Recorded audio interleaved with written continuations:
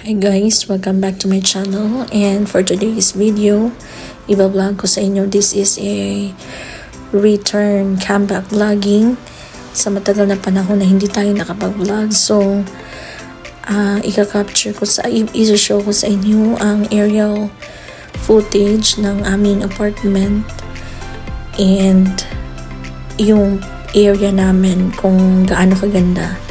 So, yan guys. Yan, papusing-pusing pa tayo dyan guys. So, ito na ngayon ang part ng aming apartment. Tapos, makikita mo dyan na wala naman siya masyadong puno. Pero, meron namang palaruan ng mga bata guys. So, nakapalibot dyan sa area na yan yung mga apartment dito. Yan yung mga kasama ko guys, mga renters din yan, mga tenants ng apartment. So makikita niyo guys, yan yung nakita niyo na apartment. Yan yung aking apartment, Wyatt Presidio Junction. So yung orange na nakita niyo na may orange yan, yung storage, public storage facilities dito na kung ayaw mo nang gamitin yung mga gamit mo, pwede mo dyan. Pero magbabayad ka. Pwede mo iwanan dyan at magbabayad ka. So, ngayon, itutur ko kayo paano sa ang loob ng aking apartment. So, yan, yung medyo may rotonda, yun yung papasok sa apartment. So, dito ngayon, guys, makikita ninyo on the right side kasi dalawang gate yan. So, dito tayo dumaan sa right side. So, maganda yung apartment ko, guys. At saka may swimming pool ang apartment namin. So nasa building 13 kami. Yan yung sinasabi kong public storage. So dyan mo iwanan yung mga gamit mo. Kung ayaw mo na sa mga gamit, so pwede mo na siyang iwanan dyan. Pero kaso may bayad $100 per month ata. So yan, pupunta tayo sa aking building apartment. Building number. So, yan. Straight. Yung mga nakita mong neighborhood yan. Tapos, dyan sa my apartment ko, neighborhood. Tapos, school ko na. So, malapit lang siya. Kaso, hindi pwedeng mag-shortcut dyan. Tingnan mo, nakikita mo yung brown na gate. Yung brown na gate dyan, hindi yan pwedeng makadaan ng sino-sino. Mga empleyado lang talaga sa apartment ang pwedeng makadaan dyan. So, kailangan talagang iikot tayo. So, hindi pwedeng mag-walking. So, kailangan talaga may magpipick up sa'yo or kung may sasakyan ka.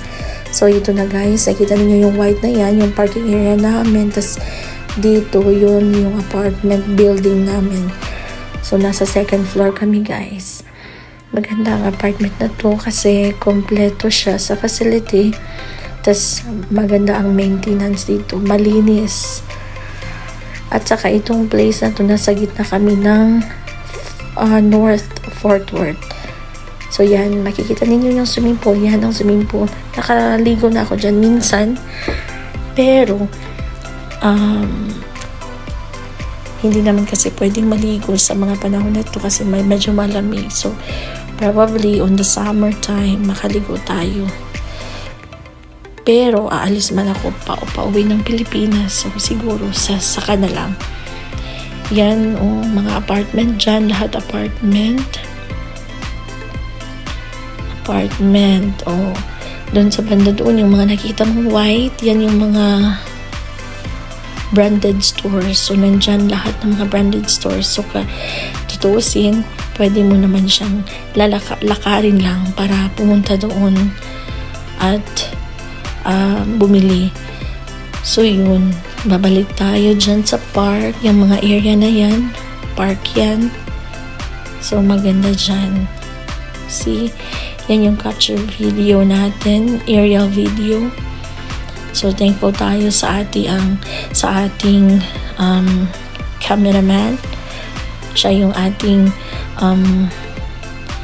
siya yung may-ari ng ating drone.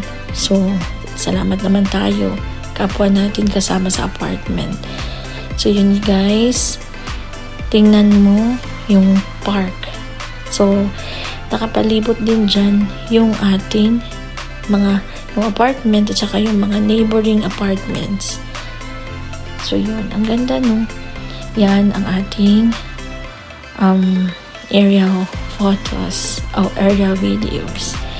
So guys, do not forget to like and subscribe this channel. Pa-support naman yan dyan guys. For a long time na hindi tayo nakapag-vlog. So, winarningan na tayo ni Whitey. Salamat and see you around.